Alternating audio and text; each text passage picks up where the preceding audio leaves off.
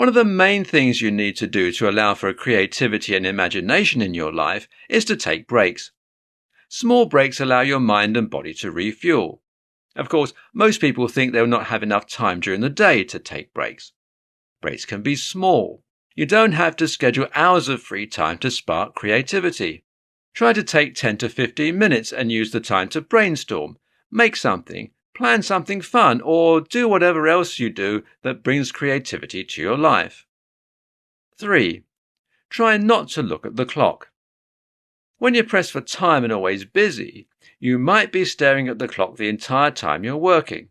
Nothing is worse for creativity. You can't allow yourself to come up with new ideas when you're pressed for time. Try to think of what you can do to reduce the pressures of time. Is there a way you can extend the deadline?